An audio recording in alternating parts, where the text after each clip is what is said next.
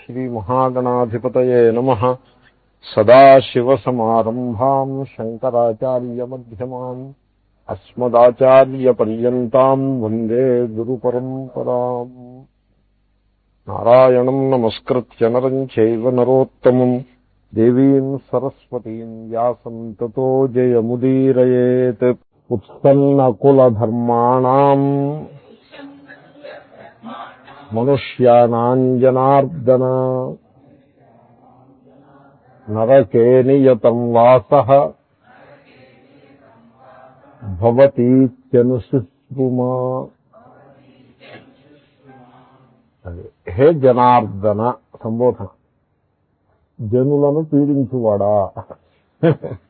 So మరి అందులో నరకే నియతం వాసః అంటుంటే నరకమునందు ఖచ్చితంగా, నియతం అంటే ఖచ్చితంగా, వాసః మకాము నివాసము, నరకలోకంలో వాడు తప్పకుండా నివాసం చేస్తాడు. మరి ఆ రకమైన నరకలోక నివాసాన్ని ఇచ్చిన వాడు జనార్దనుడుగా ఇంకేమవుతాడు. కాబట్టి హే జనార్దన అంటే ప్రాణులను వారి వారి పాపకృత్యములకు తగ్గట్లుగా పీడించువాడా అని అభిప్రాయం. అంటే పని కట్టుకుని ద్వేషభావంతో పీడిస్తాడని కాదు. ఇప్పుడు ఎండలోకి వెళ్ళకుండా మీరు ఇంట్లో కూర్చున్నారనుకోండి, సూర్యుడు మిమ్మల్ని పీడించడు. మీరేదో పని పెట్టుకుని ఎండలో 1 గంటకి మధ్యలో రోడ్డు మీద వెళ్ళారనుకోండి, మిమ్మల్ని పీడిస్తాడు. ఇది simple as that. So hey Janardana. So ఈ కులధర్మములు అంటే ఈ లుప్త పిండోదక క్రియా అని అనుకున్నాం కదా. సో చూడండి, మానవుని యొక్క దృష్టి ఎలా ఉంటుందంటే, అర్జునుడు ఎలా ఆలోచిస్తున్నాడంటే మరణానంతరం స్థితి గురించి ఆలోచిస్తున్నాడు. మరణము తదనంతర స్థితి. శ్రీకృష్ణుడు ఇప్పుడు నువ్వు బతికున్నావు కదా, నీ డ్యూటీ ఏమిటో నువ్వు తెలుసుకుని నీ డ్యూటీ నువ్వు చేస్తే పోతుంది కదా, మరణం తర్వాత చూసుకోవచ్చు అని శ్రీకృష్ణుడి యొక్క ఆలోచన. జీవించి ఉండగా స్థితి ఏమిటో చూసుకోవా, నీ కర్తవ్యాన్ని నువ్వు ఆలోచించు. మరణం తర్వాత స్థితి గురించి అర్జునుడు ఆలోచన. ఈ మరణానంతర స్థితి గురించినటువంటి విచారము మానవుల యొక్క మనస్సుని బాగా ప్రభావితం చేస్తూ ఉంటుంది. చాలా మంది జీవితం అన్నది మరణానికి ఒక సన్నాహం మాత్రమే అన్నట్టుగా స్వీకరిస్తారు. మీరు ముఖ్యంగా వైదిక సంస్కృతిలో ఉండేది, వేదంలో కర్మకాండలో ఈ లక్షణం బాగా కనపడుతుంది. నేను మీకు మనవి చేశాను, జీవితము మరణ సద్గతి గాని దుర్గతి గాని, మంచి జన్మ గాని చెడు జన్మ గాని, పుణ్యలోకం గాని పాపలోకం గాని, ఆ వచ్చేదేదో మరణించిన తర్వాత వస్తుంది. So the entire emphasis is on death and after death. So లుప్త పిండోదక క్రియ. బతికుంటాడు, బతికుండగా ఆత్మస్వరూపాన్ని తెలుసుకుని కృతార్థుడవుదామనే ఆలోచన ఉండదు. చచ్చిపోయిన తర్వాత తద్దితము అనేది మానవ ముఖ్యంగా మతపరమైనటువంటి సంస్కారం కలిగిన వాళ్ళని వైదిక మతంలో కూడా బాగా బాగా ప్రభావితం చేస్తూ ఉంటుంది. ఎంత గట్టిగా ప్రభావితం చేస్తుందంటే ఊహించలేము. జీవితము మరణానికి ఒక నీడ వంటిది మాత్రమే, ఆ రకంగానే భావన చేస్తారు. జీవితం అంతా కూడా మరణము అనే ప్రస్థానానికి ఇది ఒక సన్నాహం, ఒక ఏర్పాటు మాత్రమే. కాబట్టి అసలైన ప్రయాణం ఏదో చదువుతూ ప్రారంభం అవుతుంది, అక్కడి నుంచి ప్రయాణం ఉంటుంది. కాబట్టి ఇప్పటి నుంచి దానికి కావాల్సిన ఏర్పాట్లు అవి చేసుకోవాలి. అంచేతనే ఒక తద్దినం పెట్టి కొడుకు ఒకడు కనుక లేకపోయినట్లయితే ఆ మనిషి జీవించి ఉన్నంతకాలం దుఃఖిస్తుంది. తద్దినం పెట్టి కొడుకు ఉన్నాడంటే ఆ మరణానికి కావాల్సిన సన్నాహాలు చేసుకోవడం పూర్తయింది అనే ఒక నమ్మకంలో ఉండిపోతాం. ఈ రకమైన కమిట్మెంట్, ఈ ఆగ్రహం మనుషుల్లో హృదయాల్లో ఎంత బలంగా ఉంటుందంటే, మన మన సంస్కృతిలో ఒక కష్టం ఒకటి ఉంది. నేను చూసిన customs have their own value and many of them are very useful customs. But నేను చూసిన కస్టమ్స్ లో ఇంత అధ్వాన్నపు కష్టమో నేను ఎక్కడా చూడలేదు. ఫ్రమ్ ది బిగినింగ్ నేను I was looking seeing it. ఈ మధ్యన తగ్గింది. అది చూసినప్పుడల్లా కూడా ఇంత అధ్వానంగా ఉంది ఏమిటిదని నేను అనుకునేవాడిని. అదేమిటంటే దత్తత స్వీకారము. దత్తత తీసుకోవాలి. ఒకడు దత్తత ఇస్తాడు, ఇంకొకటి దత్తత తీసుకుంటాడు. ఒకటి దగ్గర 5-6 కొడుకులు ఉంటారు, వీడి దగ్గర బహు అధిక సంతానము. ఇంకో వాళ్ళ దగ్గర వాడి కొడుకుని తీసుకుంటాడు. పెద్ద కొడుకుని ఇవ్వడానికి తల్లి ఇష్టపడదు. దీని మీద మళ్ళీ ఇమోషనల్ ప్రాబ్లమ్స్. ఇస్తే ఎక్కడికి వెళ్ళిపోతాడు వాడు, అక్కడ చుట్టుపక్కల తెచ్చేడుతూ ఉంటాడు కదా, దీంట్లో ఇవ్వడమే ఉంది, అంతా ఇమోషనల్ ఫీలింగే తప్పిస్తే ఇవ్వడమే ఉంది, పుచ్చుకోవడమే ఉంది. ఇప్పుడు వీడికి దత్తత ఇవ్వలేదు అనుకోండి, వీడు పెళ్ళాడి తల్లిదండ్రుల దగ్గరే కూర్చుంటాడా ఏమి, వీడి దాన్ని వీడు ఎలాగో వెళ్ళేవాడే, దత్తత ఇచ్చాడో ఇవ్వలేదని అనుకోవడమే కానీ, బట్ అయినా కదా సరే ఆ ఆట అలా కలుపుకోదు. ఈ మధ్య పిల్లవాడు వీడు హీస్ థ్రోనరే దత్తత, వాడు జీవితాంతం అనుకుంటాడు మా నాన్న అమ్మ నన్నేమో దత్తత ఇచ్చేసారని వాడు అనుకుంటాడు. జీవితాంతం వాడు అది ఒక ఇమోషనల్ స్ట్రెస్ లో ఉండిపోతాడు. తర్వాత ఆ దత్తత తీసుకున్నవాడు వాడేదో ఒక పిల్లవాడిని తీసుకోవచ్చు కదా, కాదు వీడి అన్నగారికో వీడి తమ్ముడికో పిల్లలు ఉంటారు, వాళ్ళని పట్టించుకోండి. ఎందుకంటే భార్య అంగీకారంతో చేయాలి కదా. ఆవిడ వైపు పిల్లలు ఉంటారు, ఆవిడ అన్నగారికో ఆవిడ పిల్లలకో ఎవరో పిల్లలు ఉంటారు, వాళ్ళు తెచ్చుకొస్తాడు దత్తత కింద. తర్వాత ఈ దత్తతగా వచ్చేవాడు నిరక్షరాస్యుడు, నిరక్షర కుక్షి దత్తతగా వస్తాడు. ఓ కుక్క మెడలో జందెం వేస్తే అది ఎంత శోభగా ఉంటుందో వీడి మెడలో జందెం వేస్తే అంత శోభగా ఉంటుంది. వాడికి ఆ దత్తత టైంలో వాడికి ఒడుగు చేసి జందెం వేసి ఆ తర్వాత దత్తత ఇస్తారు. లేకపోతే వాడి ఒడుగు కూడా అసలు వాడికి సంధ్యావందనం వాడి జీవితంలో ఎప్పుడు చేసి ఉండడు, చేయడు, ఆ సంస్కారము లేనే లేదు, వాడు దత్తతగా వెళ్తాడు.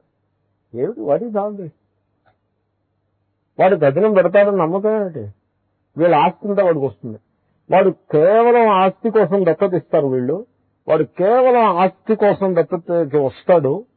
వీళ్ళు కేవలం ఆస్తిని చూపి మధ్యపెట్టి దత్తత తెచ్చుకుంటారు. ఇంత కష్మలమైనటువంటి కష్టము ఇదంతా కూడా ఎక్కడి నుంచి వచ్చింది అంటే లుప్త పిండోదక క్రియాహ అర్జున యొక్క భావన చూసారా. అయిన తర్వాత తద్దినం పెట్టుబడి ఉంటాడో ఉండడో అనేటువంటి ఆ భావన నుంచి, ఆ పట్టుదల నుంచి వచ్చింది. సో మనిషి జీవించి ఉండగా తన కర్తవ్యమేమి, తాను ఏ విధంగా ఈశ్వరుని ఆరాధన చేసుకోవచ్చు, ఈశ్వరుని అనుగ్రహాన్ని ఏ విధంగా పొందాలి, జ్ఞానాన్ని ఎలా పొందాలి అని ఇంత ఉన్నతమైన స్థాయిలో ఆలోచించటం మానేసి నేను చచ్చిపోయిన తర్వాత తద్దినం ఎవడు పెడతాడు అని ఆలోచించటము అది చాలా తెలివి తక్కువ ఆలోచన. చచ్చిపోయిన తర్వాత తద్దినం పెట్టుబడి పెడతాడు, చచ్చిపోయిన తర్వాత ఏమవుతుందనే ఆలోచన చేయటం అంత పొరపాటు అదే కానీ ఇంకొకటి లేదు. ఎందుకంటే ఆత్మకి మరణం లేదు, ప్రాణానికి వినాశం లేదు. సూక్ష్మ శరీరము దాని యొక్క పుణ్యపాప కర్మలను అనుసరించి ఇంకొక దేహానికి పోతుంది. ఈ మిగిలిపోయిన దేహము అది ఎప్పుడూ వినాశే, అది పంచభూతాల నుంచి పుట్టింది, అది పంచభూతాల్లో కలిసిపోతుంది. ఏ విధంగా కలిసిపోయింది అన్నది ఈ మిగిలిన వాళ్ళ యొక్క లుక్అవుట్ కానీ వెళ్ళిపోయిన వాళ్ళు లుక్అవుట్ కానే కాదు. మిగిలిన వాళ్ళు ఉంటారు కదా, వీళ్ళ సంస్కారాన్ని బట్టి వాళ్ళు ఏదో ఆ దేహానికి ఏదో వ్యవస్థ చేస్తారు, వాళ్ళకుండే పరిస్థితిని బట్టి సంస్కారాలను బట్టి కల్చరల్ ఏదో ఎడుస్తారు. వీళ్ళు వెళ్ళిపోయిన వాడు లుక్అవుట్ కానే కాదు. కానీ దీని చుట్టూ బోల్డని కథలు కమామేషు ఎంత హడావిడి అంటే మొత్తం మతమంతా కలిపి తద్దినాల దగ్గర సెటిల్ అయిపోయి లెవెల్లో దాని గురించి ఆలోచన. సో అంత బలంగా వైదిక జీవితంలో it is not a condemnation, it is an observation. I'm not condemning anything, I'm just observing. ఆ హ్యూమన్ మైండ్ పనిచేసే తీరు ఎలా ఉంటుందా అని నేను ఆలోచిస్తున్నాను, అంతకంటే ఇంకేం లేదు. సో శ్రీకృష్ణుడు ఇది ఏమీ అసలు ఆయన లెక్కలోకి తీసుకోడు. సో మచ్ సో నేను surprise to see the attitude of the Krishna. ఆయన అసలు మరం భక్తి ఎలా చేయాలి, ఆత్మజ్ఞానం ఎలా తెలుసుకోవాలి అని దాని గురించి మాట్లాడతాడు తప్పించి ఈ గోళ అసలు ఏమీ మాట్లాడు. సో చూడండి, మతవాదులు అంటే బాగా కరడుగట్టినటువంటి మత ఛాందసవాదులు ఉంటారే, వాళ్ళు ఆ పరోక్షమునకే పూర్తిగా కట్టుబడి ఉంటారు. పరోక్షం గురించే భావన ఎప్పుడు అసలు మాట్లాడాలంటే పరోక్షం గురించి మాట్లాడతాడు, ప్రత్యక్షం గురించి అసలు మాట్లాడతాడు. His mind is trained like that. ఇంక నాస్తికవాదులు ఉంటారు, వీళ్ళు పరోక్షాన్ని దుయ్యబట్టడమే వాళ్ళ పని, వాళ్ళకి ప్రత్యక్షమే సత్యం.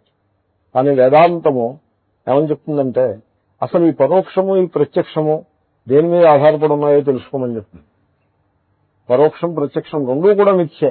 నాస్తికవాదులు చెప్పినట్టుగా ప్రత్యక్షమే సత్యం, పరోక్షం మిథ్య అనే మాట తప్పు.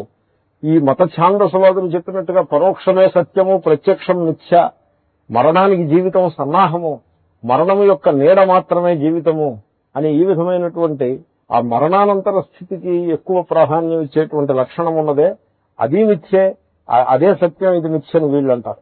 ఈ రెండు వాదములు కూడా తప్పు. పరోక్షము ప్రత్యక్షము రెండు కూడా మిథ్యే. పరోక్షము ఇంద్రియ మానస వేదాంతము ఇన్ సర్టెన్ అకేషన్స్ నాస్తికవాదులను సపోర్ట్ చేసినట్టుగా మీకు ధ్వనించవచ్చు. It doesn't support all together. అలాగే ఆస్తికవాదులను కూడా ఆల్ టుగెదర్ సపోర్ట్ చేయాలి. It strikes the golden path which is పరోక్షములకు అతీతమైన ఆత్మతత్వాన్ని బోధించే ప్రయత్నం వేదాంతం చేస్తూ ఉంటుంది. అసలు వేదాంతుల యొక్క శ్రీకృష్ణుడు కూడా చెప్పబోతున్నాడు, అసలు మరణము అనేదాన్ని ఒక ఈవెంట్ గా గుర్తించడు. ఒక మరణాన్ని మీరు ఈవెంట్ గా గుర్తిస్తే తత్పూర్వస్థితి తదనంతర స్థితి అని మళ్ళీ దాన్ని బేరీజ్ వేసుకోవటం ఇవన్నీ ఉంటాయి. అసలు మరణానికి అసలు ఒక గుర్తింపే ఇవ్వడం. ఎంత ఎంత రెక్లెస్ గా మాట్లాడతాడంటే శ్రీకృష్ణుడు మరణం విషయంలో గతాసు నగతాసు నాను చోటి పండిత అనబోతున్నాడు. మొట్టమొదటి శ్లోకంలోనే గతాసూన్ అగతాసూన్, ప్రాణం ఉన్నవాళ్ళు ప్రాణం లేని వాళ్ళు రెండూ ఒకే కాడిని కట్టేస్తాడు. రెండింటికి వేర్వేరు స్థానాలని ఏర్పాటు చేయాలి. ఒకే గుంజకి కట్టి పారేస్తాడు రెండింటిని కూడా. సో ఆ విధంగా ఎంతో మౌలికమైన భేదము మీకు ఆ అప్రోచ్ లో కనపడుతుంది. రెడ్డి గారు రండి, ఇక్కడ సీటు మీకు వెనకాల ఖాళీ ఉంది. You have to just go in, that's all. లోపలికి వెళ్ళిపోతే మీరు విశ్రాంతిగా హాయిగా కూర్చోవచ్చు. సో బట్ అర్జునుడు ఈ సమయంలో యుద్ధానికి ఈ మరణానంతర స్థితికి ఒక సంబంధాన్ని కలిపే ప్రయత్నం అర్జునుడు చేస్తున్నాడు. ఓకే, నేను I tried to make an observation about the social psychology. ఈ సందర్భంగా సోషల్ సైకాలజీ మీద అబ్జర్వేషన్ తప్ప మరొకటేం కాదు. ఓకే, ఇప్పుడు అంటాడు, హే జనార్దన, మనుష్యానాం నరకే నియతం వాసః భవతి. ఇటువంటి మానవులకు నరకమునందు అంటే మరణించిన తరువాత నరకంలో తప్పనిసరిగా మకాము నివాసము ఏర్పడుతుంది, కలుగుతుంది. ఇది అనుశుశ్రుమా అని మేము విని ఉన్నాము. అంతా కూడా విన్నాడు వీడు. విన్నమే కదండి, అంతా విన్న మాటే గాని దీంట్లో అంతకంటే మరేముంది. అనుశుశ్రుమా ఎలా విన్నావు? అను అంటే అనుసరించి, ఆఫ్టర్ ఎవరో చెప్పగా విన్నాను అని అర్థం. అను ఎవరో అంటే రోడ్డు మీద పోయే వాళ్ళు చెప్తే వింటారా అంటే, రోడ్డు మీద పోయే వాళ్ళు ఇలాంటివి ఎందుకు చెప్తారు? మనిషి పాపం సంతానం లేకపోయినట్లయితే చచ్చిపోయిన తర్వాత నరకానికి పోతాడు అని ఏదో పురాణకారులు చెప్తారు. పురాణంలోకి వెళ్తే కానీ మీకు ఇటువంటి మాటలు రావు. పురాణంలోకి వెళ్ళాలి, వెళ్తే ఇలాంటి మాటలేవో వినపడుతూ ఉంటాయి.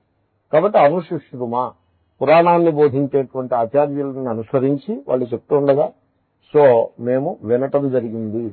ఎటువంటి మనుష్యులు నరకానికి పోతారు? ఉత్సన్న కులధర్మాణం. కులధర్మములు ఉన్నాయి. ఇక్కడ కులధర్మములు ఏమిటి? కులధర్మములు ఇక్కడున్న కులధర్మములు లుప్త పిండోదక క్రియా, పిండాన్ని పెట్టడం, రోదక తర్పణాలు ఇస్తూ ఉండటం, తద్దినాలు పెడుతూ ఉండటం, దీనికి సంబంధించింది. సో పితృకార్యములను చేయాలి. కానీ పితృకార్యం ఒక్కటే కాదు, మొత్తం జీవితం అంతా కలిపి పితృకార్యం ఒక్కటే అనే లెవెల్లోకి తీసుకెళ్ళకూడదు. It has its own role to play. ఈ యాన్సెస్టర్స్ ని అంటే గడిచిపోయిన వారిని మన వంశీయుల్ని గుర్తు చేసుకోవటం అన్నది అది అన్ని సమాజాల్లోనూ అన్ని మతాల్లోనూ ఉంటుంది. అది ఎవళ్ళకుండే తీరులో వాళ్ళకు ఉంటుంది. ఈ రిచువల్స్ అన్నది అంతటా ఒక్కలాగే ఉంటాయని మనం అనుకోకూడదు. ఒకే రకం రిచువల్స్ కరెక్ట్ అని కూడా అనుకోకూడదు. ఒక్కొక్క చోట ఒక్కొక్క రకంగా ఉంటాయి రిచువల్స్. సో రిచువల్ అనేప్పటికీ దానికి ఉండే లిమిటేషన్స్ దానికి ఉన్నాయి. It has it's value, it has it's limitation, ritual, and it has it's problems also. So we should have an overall understanding of ritual and proceed accordingly. అంతేగాని అదే సర్వము అని అలా ఉండరాదు. అది సరైన దృష్టికోణం కాదు. కానీ మీరు ఆలోచించండి, రిచువల్ చాలా స్థూలంగా ఉంటుంది, జ్ఞానము అత్యంత సూక్ష్మంగా ఉంటుంది. ఈ రెండు కూడా they are on the two opposites of the spectrum. Ritual అంటే స్థూలం, అంటే స్థూలం. ఎంత స్థూలం అంటే అది దాన్ని అనుష్ఠించటానికి కావలసిన పదార్థములు స్థూలమైన పదార్థాలు కావాలి.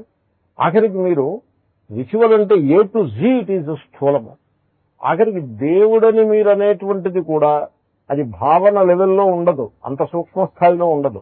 భావన లెవెల్లో నుండి ఒక విగ్రహం రూపంగా స్థూల స్థాయికి వచ్చేస్తుంది. అది రిచువల్ అనేప్పటికీ భావనాత్మకంగా మీరు రిచువల్ చేయలేరు. దేవుణ్ణి నా హృదయంలో ఉంది అంటే వాటి ritual you can do, you cannot do any ritual. So హృదయంలో దేవుడు ఉన్నాడంటే ఏం చేయాలి? ధ్యానం చేయాలి. ధ్యానం చేయడం అంటే ఏమిటి? అన్ని ఇంద్రియ వ్యాపారములను విరమించుకుని తనలో తాను నిలిచి ఉండట. అయిపోయింది. అక్కడ కర్మకి అక్కడ చోటే లేదు. రిచువల్ అంటే ఏమిటంటే భావనలో సూక్ష్మంగా ఉన్నటువంటి ఆ ఈశ్వర తత్వాన్ని స్థూలమైన రూపానికి తీసుకురావాలి. అప్పుడే మీకు రిచువల్ పాసిబుల్ అవుతుంది.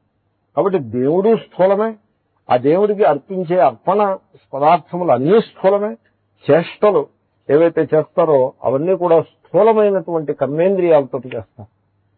కాబట్టి ritual is all the way స్థూలము, జ్ఞానము ఆల్ ది వే సూక్ష్మము.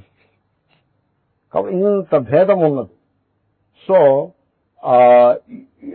We have to understand the difference clearly.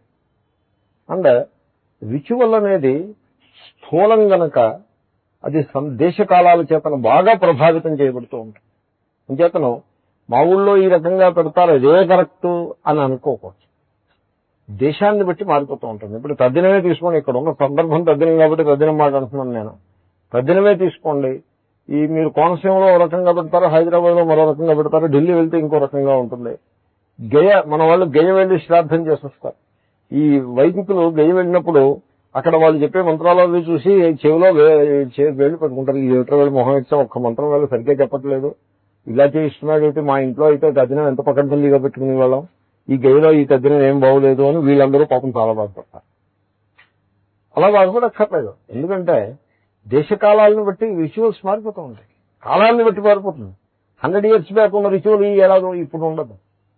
అలా మారిపోతూ ఉంటాయి రిచువల్స్. పూజ ఎంతలా మారిపోయిందండి. ఎందుకంటే మా చిన్నప్పుడు నుండి విధంగా పూజ ఇప్పుడు లేనేలేదు.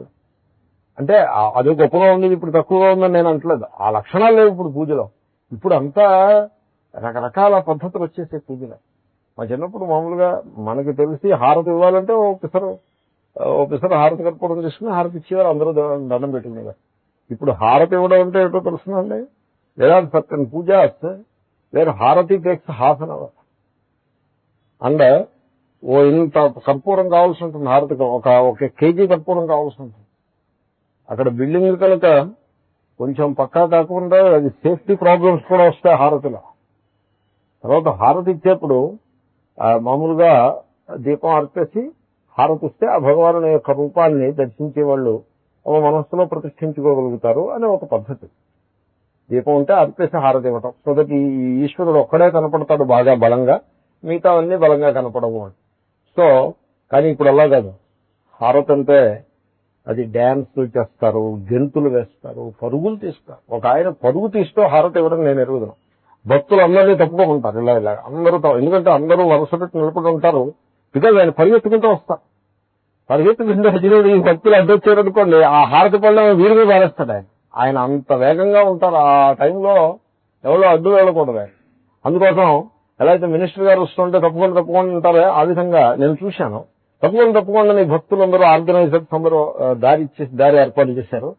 అంత దారంతా కరెక్ట్ గా ఉంది అనగానే ఆయన అక్కడ మొదలు పెట్టారు.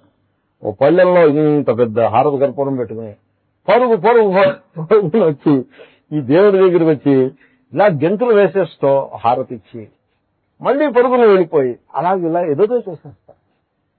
ఆ విధంగా దేశాన్ని బట్టి కాలాన్ని బట్టి రిచువల్స్ రకరకాలుగా మారిపోతాయి. మీ ఉద్దేశం ఏమిటి ఇలా పరిగెత్తుతున్నారని మీరు అనుకోవచ్చు. But for him that is the most important ritual, part of the ritual. He's specially, ఒక పెద్ద ఆయన, he's specially invited for aarti purpose and he charges some 5,000 rupees for aarti alone or 1,000 whatever. So రకరకాల పద్ధతుల్లో రిచువల్స్ ఉంటాయి. రిచువల్లో ఎక్కడా ఒక ఇదే ritual అనే మాట లేదు. కర్మయందు వికల్పం. ఎలా చేసినా కర్మలు ఇలా చేయొచ్చు, అలా చేయొచ్చు. కర్తం అకర్తం అన్యథా కర్తం శక్యతే. చేయొచ్చు, చేయకపోవచ్చు. అయితే హారతి ఇవ్వడానికి వీలు లేకపోయింది అనుకోండి, నీరాజనార్థం అక్షరాన్ని సమర్పయామి అనొచ్చు. అక్షంతలు వేసేసి ఊరుకోవచ్చు. హారతి ఇస్తే ఇప్పుడు నేను చెప్పిన లెవెల్లో హారతి ఇవ్వచ్చు. So many ways it can be done. అన్యథా కర్తం శక్యతే, లేకపోతే సింపుల్ గా ఇవ్వచ్చు కూడా. సో ఇన్ని రకాలుగా రిచువల్స్ లో వికల్పాలు ఉంటాయి, కానీ జ్ఞానమునందు ఎట్టి వికల్పము ఉండదు. కాబట్టి సో ఇక్కడ రిచువల్స్ అన్ని కూడా దెబ్బతినేస్తాయి.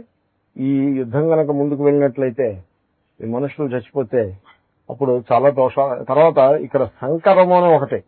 ఇప్పుడు ఈ యంగ్ మెన్ అందరూ కూడా మరణిస్తే young ladies they will be in large number in the society. అప్పుడు there will be intermixing of races and all that. ఇప్పుడు అమెరికా అమ్మాయిని ఇండియా వాడు పెళ్ళాడు అనుకోండి, ఇప్పుడు వీళ్ళిద్దరికీ ఒక కొడుకు పుట్టాడు, వాడు ఏం తద్దినం పెడతాడు? వర్ణ సంకరం అయిపోతుంది కదా. వర్ణ సంకరం అంటే చాలా racial mixing. So racial mixing వల్ల వచ్చిన నష్టం ఏం లేదు. డబ్బు నష్టం అవన్నీ మామూలుగానే ఉంటాయి. తర్వాత ఆర్థికమైన ప్రగతి, చదువు సంఖ్య వాటికేమో అడ్డు రాదు. ఉంటే తద్దినానికి ఒక్కదానికే అడ్డు వస్తుందండి. ఒక్క మాటలో చెప్పాలంటే తద్దినానికి దగ్గరే సమస్య వస్తుంది. రేపు పొద్దున వీడు పెరిగి పెద్దవాడు అవుతాడు. ఇప్పుడు వీడు తద్దినం ఎవరికి పెడతాడు, ఎలా పెడతాడు? తాతలకి ముత్తాతకి 3 తరాల దాకా తర్పణాలు ఇస్తారు. ఈ 3 తరాలకి వీడు ఇస్తే మరి వాళ్ళకి అందుతుందా? వాళ్ళకి అది ఏమైనా ప్రయోజనం ఉంటుందా? అన్ని సమస్యలే. కాబట్టి ఈ వర్ణ సంకరం వచ్చేస్తుంది అని ఈ విధంగా అర్జునుని యొక్క ఆవేదన. ఉత్సన్న కులధర్మాలు పోతే అని ఆవేదన. సో ఈ ఆవేదన కేవలము ఈ అంశము వరకు మాత్రమే పరిమితమై ఉంటుంది అని నేను మనవి చేస్తున్నా. ఆ ఒక్క రిచువల్కి మాత్రమే పరిమితమై ఉంటుంది. ఒక్క రిచువల్ అధిగమించగలిగితే, అది ఒక్కటే కాదుగా రిచువల్, లక్షలాది రిచువల్స్ ఉన్నాయి. నేను చెప్తూ ఉంటా సలహా, నన్ను ఇది అందరినీ మనస్సుని పీడించే సమస్య ఇది. నేను చెప్తూ ఉంటా, మీకు చింత చేయకండి, తద్దినం గురించి మీకు చింత చేయకండి. మీరు తద్దినం యొక్క లక్షణం ఏంటంటే, దాని స్పిరిట్ ఏంటంటే, you take the spirit and proceed by that. So నేనే ఒక కల్పన చేసి ఆ స్పిరిట్ ని రక్షించే విధంగా కల్పన చేసి నేను సలహా చెప్తా. నేనేమో సలహా చెప్తానంటే, మీ పేరెంట్స్ కి తలుచుకునే ఆ రోజు వాళ్ళ ఫోటోగ్రాఫ్ ఒకటి పెట్టి, ఆ ఫోటోగ్రాఫ్ ఒక దండ వేయండి.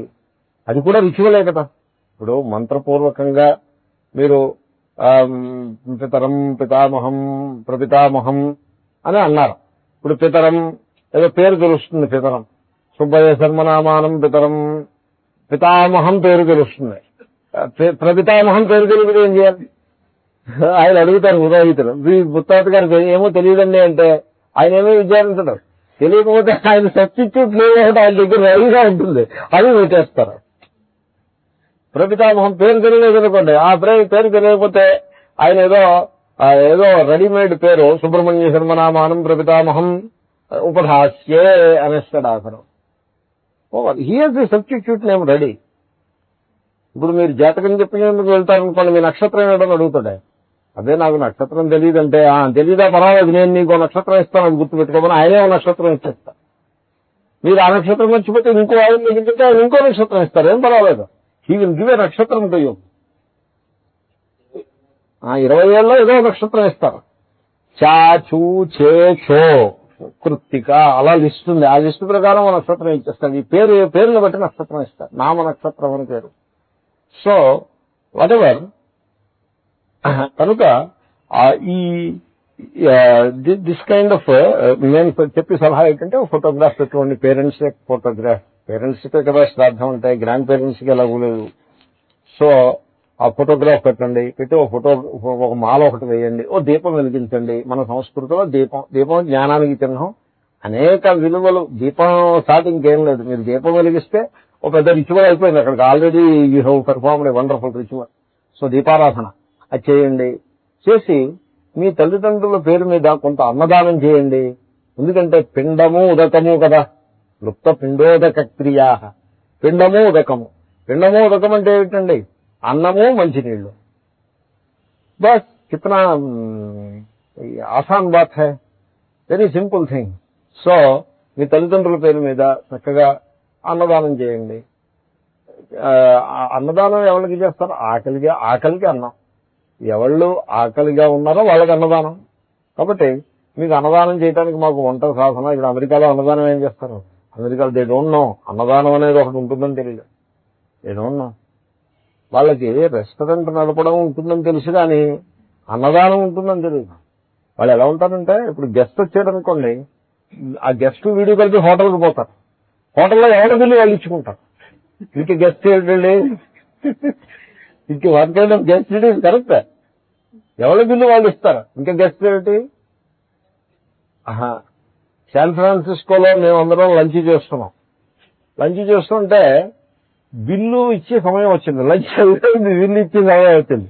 బిల్లు ఇచ్చే సమయం వచ్చి కూడా ఆ బిల్లు వాడు మామూలుగా మన దగ్గర వేస్తారు, బిల్లు ప్రింటెడ్ బిల్లు ఉంటుంది, దాన్ని ఒక ఫోల్డర్ లో పెట్టిస్తారు మన దగ్గర. ఇస్తే one of us will take and put some money in it and give back. వాడు ఫోల్డర్ లో పెట్టి ఇవ్వలేదు, బౌల్లో పెట్టించాడు. బౌల్, మెటాలిక్ బౌల్లో పెట్టించాడు, ప్లాస్టిక్ బౌల్, కొంచెం విశాలమైన బౌల్లో. ఏమిటబ్బా వీడు ఫోల్డర్ లో ఇవ్వాల్సింది బౌల్లో ఇస్తున్నాడు ఏమిటో నేను కొంచెం ఆశ్చర్యపోయాను.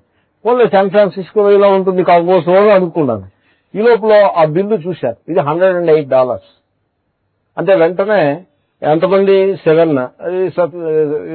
రిమూవ్ స్వామీజీ, సో 6 into 18 అని వాళ్ళు 18 అయిపోతున్నారు. ఆ కాగితం దాంట్లో బౌల్లో పెట్టేస్తారు 18. నేను చెప్పాను యూ స్టాప్ ఇట్, ఆ బిల్ నేను తీసుకున్న 108 ఐ పెయిడ్. ఏంటి ఆ తర్వాత యువతలకు వచ్చాం, ఆర్గనైజర్స్ చిన్న పుచ్చుకున్నాం. నన్ను అడిగారు తర్వాత వై యూ డిడ్ దట్. నేను నన్ను ఏమిటండి ఎవరు పోయినానికి వాళ్ళు ఇచ్చుకోవడం ఏంటి, మీలో ఒకళ్ళు ఇచ్చి ఉండాల్సింది. That is the Indian system. నాకు తెలిసి ఇండియాలో 1 host విల్ బి దే, వాళ్ళందరూ ఇండియన్సే. మంచి ప్రశ్న. దాంట్లో ఒకళ్ళిద్దరు అమెరికన్స్ ఉన్నారు. ఇది ఇండియన్ సిస్టమ్ ఏమిటంటే ఒక హోస్ట్ ఉంటారు. తర్వాత నా సిస్టమ్ ఏమిటంటే మీ అందరికంటే పెద్దవాడిని నేను. మీకు అందరికీ కాలిఫోర్నియాలో life is hard I tell you. San ఫ్రాన్సిస్కోలో చాలా కాస్ట్లీ లైఫ్. వాళ్ళు ఉంటే డబ్బు సంపాదిస్తున్నట్టు కనపడతారు కానీ వాళ్ళు డాలర్లకి చాలా ఇబ్బందిలో ఉంటారు. అక్కడ చాలా కాస్ట్లీ లైఫ్. మకాం దగ్గర నుంచి అన్నీ కాస్ట్లీయే.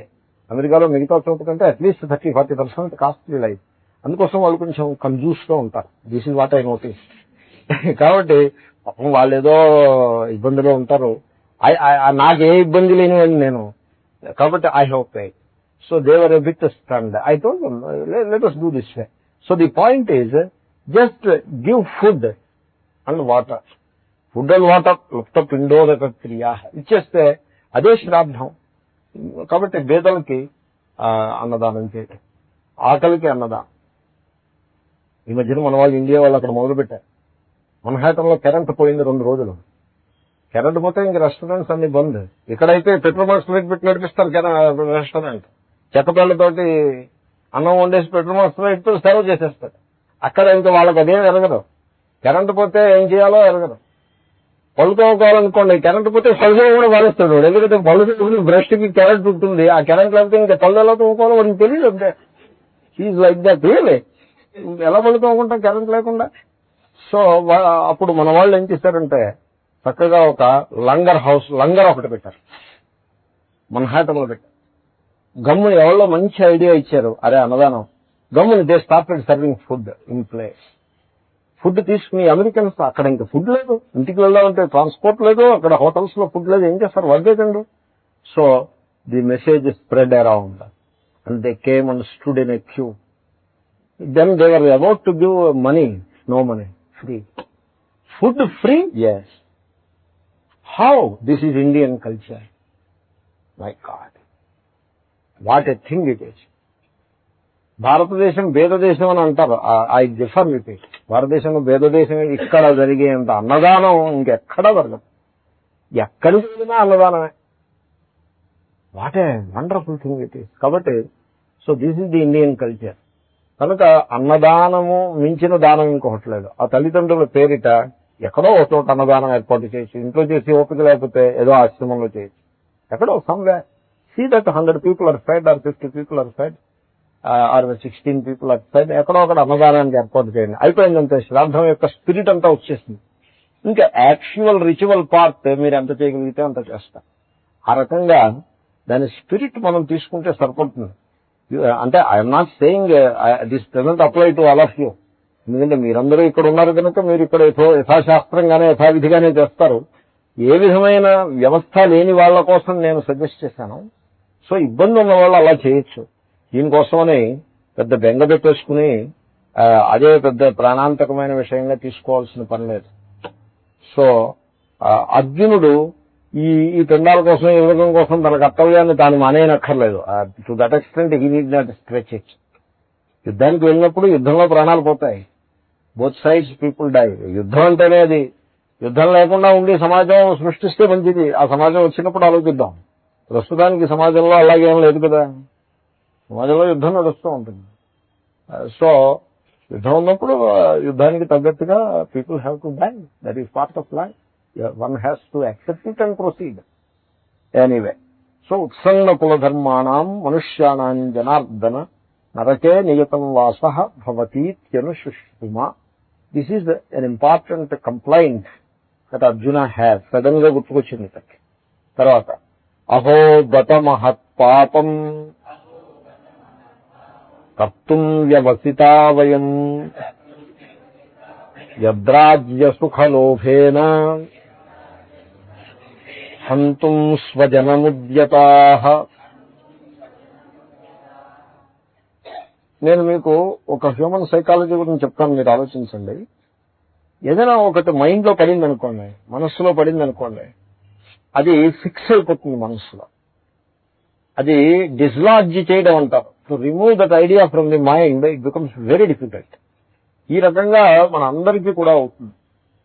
జీవితంలో ఏదో టైంలో ఏదో ఒక నోషన్ వచ్చి పడుతుంది మనస్సులో, bus you get fixed. Quick fix అనేదో అన్నట్టు అయిపోతుంది. ఇంకా దాన్నే పట్టుకుని దాన్నే వెల్లడి చేస్తాడు, దాన్ని సపోర్ట్ చేస్తూ బోల్డ్ జస్టిఫికేషన్స్ ఇస్తాడు. ఇలాగే ఉంటుంది. ఇంక నేను దృష్టాంతం చెప్తా, చాలా లౌకికమైన దృష్టాంతం. ఓ సంస్థలో వాలంటరీ రిటైర్మెంట్ అని ఇచ్చారు. దానికి గోల్డెన్ షేక్ హ్యాండ్ అని పేరు. గోల్డెన్ షేక్ హ్యాండ్ ఎప్పుడవుతుంది? వాడు ఆ డబ్బు తీసుకున్నవాడు తెలివితేటలు గలవాడు, ఎకనామిక్ డిసిప్లిన్ ఉన్నవాడైతే గోల్డెన్ షేక్ హ్యాండ్. లేకపోతే it is not golden shake hand, it is the most dangerous iron shake హ్యాండే అవుతుంది. సో ఒక అతను he was attracted by that. రండి he was attracted by that and immediately voluntary retirement కి apply చేయాలి అని అనుకున్నాడు. అనుకుని అప్లై చేసేస్తే సరిపడుతుంది కదా, నా దగ్గరికి వచ్చి సలహా అడిగాడు, నన్ను ఏం చేయమంటారు. నేను చెప్పాను, నేను నిర్మోహమాటంగా చెప్పాను, వాళ్ళు ఆ సంస్థ మూసేసి తాళం వేసి రోజు వరకు ఢకేల్నా అంటారు. వాళ్ళే డక్కా మార్కే వాలంటరీ డిఆర్ఎస్ అని, వాలంటరీ రిటైర్మెంట్ కాదు, డిఆర్ఎస్ రిటైర్మెంట్. డిఆర్ఎస్ అంటే డక్కా మార్కే రిటైర్మెంట్ స్కీమ్ అని. అలా ఉంది. అలాగా that is how I heard it. అంటే వెనకాల పుష్ చేసి తోసేసి బయటికి తోసేయటం. అంతవరకు నువ్వు దాన్ని వదిలిపెట్టకు, నువ్వు అంతవరకు యూ స్టే. వాళ్ళు తాళం వేసేసిన రోజున ఇంక నీ ఛాయిస్ లేదు కదా. సో అప్పుడు రిటైర్మెంట్ తీసుకుని రా అని నేను చెప్పాను. చెప్తే ఇతను why you advise me like that అంటే, ఐ నో యూ, నీకు ఎకనామిక్ డిసిప్లిన్ లేదు, నువ్వు దాన్ని హ్యాండిల్ చేయలేవు సరిగ్గా. వాళ్ళు కనుక నువ్వు అప్లికేషన్ పెడితే అది వెంటనే కళ్ళకద్దుకుని నీ చేతిలో 3 లక్షలు 4 లక్షలు పెట్టేసి నీకు గేట్ దగ్గరికి పంపించేస్తాం. నువ్వు అప్లికేషన్ వాళ్ళకి ఇవ్వడం వరకే నీ చేతిలో ఉంది. ఆ తర్వాత నువ్వు వాపస్ తీసుకుందామన్నా కూడా వాళ్ళు తీసుకొని ఇవ్వరు నేను. కాబట్టి నువ్వు ఆ పని చేయొద్దు అని నేను గట్టిగా అడ్వైజ్ ఇచ్చాను. అయితే నేను అమెరికా వెళ్ళొచ్చేప్పటికి ఇతగాడు ఈసారి మళ్ళీ కలిసి ఏడుపు మొహం పెట్టుకుని ఉన్నాడు. ఏమిటో అలా ఉన్నామంటే, వాలంటరీ రిటైర్మెంట్ తీసుకున్నానండి, వాళ్ళు ఇచ్చిన డబ్బులు కూడా ఖర్చు అయిపోయాయండి, ఇప్పుడు రోజు కొనవడం కష్టంగా ఉందండి అని చెప్పాను. నేను చెప్పానా నీకు వై యూ డిడ్ ఇట్? ఇప్పుడు మీరే నాకు ఏదైనా ఉపాయం చూపించండి. ఇంకా సరే ఏదో ఉపాయం చూపించుకో, ఇంకా ఆ కార్యక్రమం తర్వాత కార్యక్రమం. కాబట్టి so why you did it అని అడిగాను. I advised you not to do it, why you did it. అతని భార్యను అడిగాను, ఏమా ఇలా ఎందుకు చేసేవంటే ఆవిడ నాకు చెప్పింది, ఆయన మనస్సులో పడిందండి. ఇంకా మనస్సులో పడిందంటే ఎంతసేపు ఒక కుమ్మరి పురుగు దొలిచినట్టుగా దొలిచేయడమే కానీ దానికి సపోర్టింగ్ గా ఆర్గ్యూ చేస్తాడే కానీ మనం చెప్పినటువంటి సలహా ఏమీ వెండ ఆయన మనస్సులో పడిపోయింది, ఇంక therefore he has to do it అని చెప్పి. So this is how people function. ఒక్కసారి మనస్సులో పడిపోయిందంటే మంచో చెడో ఇంకా వాడు అదే పట్టుకుని ఉంటాడు తప్పించి దానికి ఆపోజిట్ ఆర్గ్యుమెంట్ కన్సిడర్ కూడా చేయదు. అలాగంటే మూర్ఖత్వం, పొరపాటు చేయటం అన్నది జీవితంలో మనందరి జీవితాల్లో ఉండే సందర్భం ఉంటుంది. అది హ్యూమన్ సైకాలజీ లైక్ దాట్. నేను దానికి మీకు దృష్టాంతం ఇచ్చాను.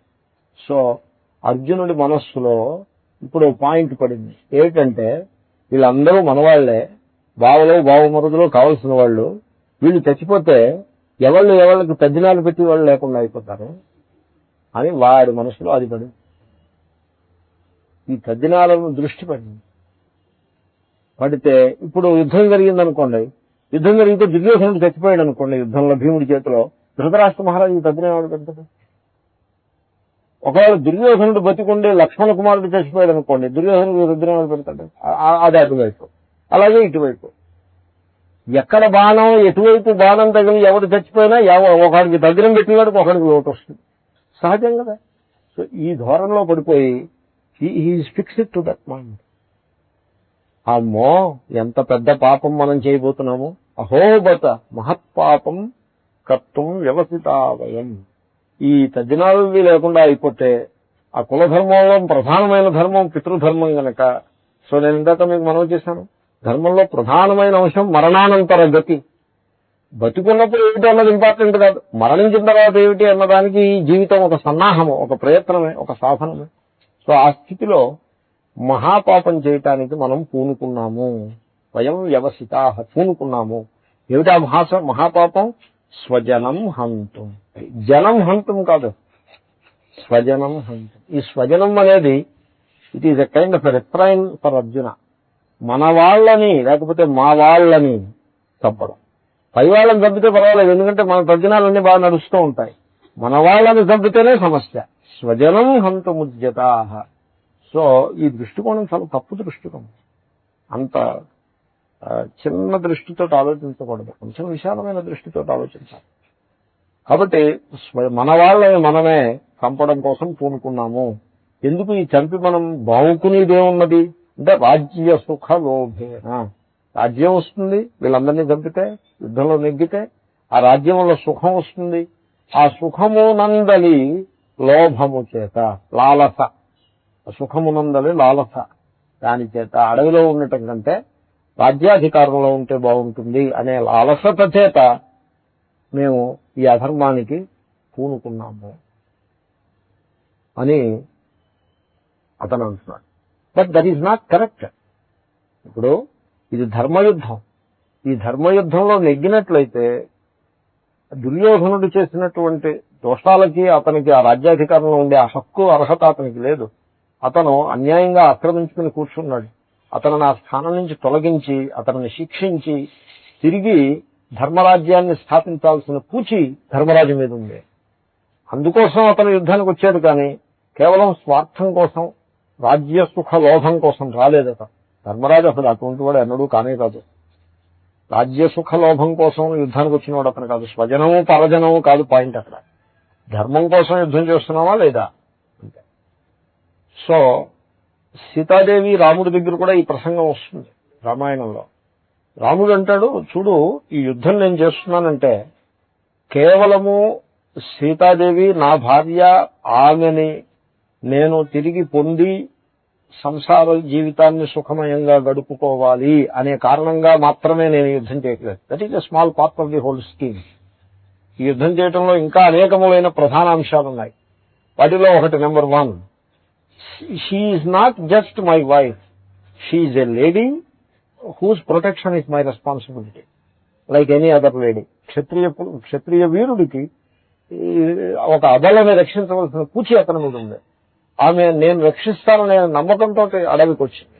కాబట్టి ఆ నమ్మకాన్ని వమ్ము చేయడానికి వీల్లేదు. ఆమెను రక్షించాల్సిన పూచి నాకున్నది. లైక్ ఎనీ అదర్ సిటిజన్ నేను ఎలా రక్షించాలో ఈవిడ్ని కూడా రక్షించాలి. Number 1. Number not just because she is my wife. My wife స్థానంలో మరో స్త్రీ ఉన్నప్పుడు కూడా నేను ఇదే పని చేసి ఉండేవాడిని. నెంబర్ 1.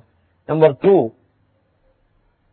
రావణాసురుడు అధర్మంగా చాలా అన్యాయాన్ని చేస్తున్నాడు. ఈ మహర్షులందరూ కూడా కోరారు, ఈ రాక్షసుల యొక్క అన్యాయాల్ని అడ్డుకోవాల్సింది అని వాళ్ళు కోరారు. ఆ కోరిన దానికి నేను మీకు ఈ రాక్షసులందరి యొక్క ముప్పు నుండి మీకు రక్షణని కల్పిస్తాను అని నేను ప్రామిస్ చేశాను. ఆ ప్రామిస్ ని నిలబెట్టుకోవటం.